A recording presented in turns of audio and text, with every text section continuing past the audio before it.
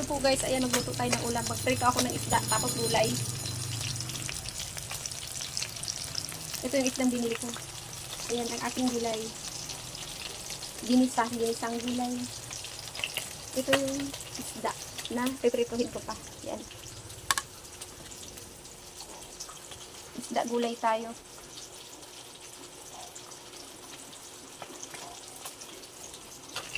Ayan, gulay, ginisang gulay. Ayan guys, ang ating gulay.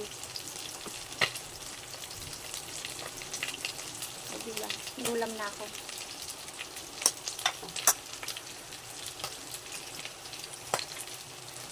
Ayan, gulay tayo, gulay.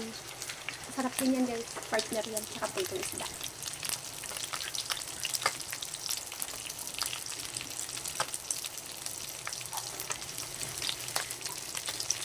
Luto muna tayo ngayon.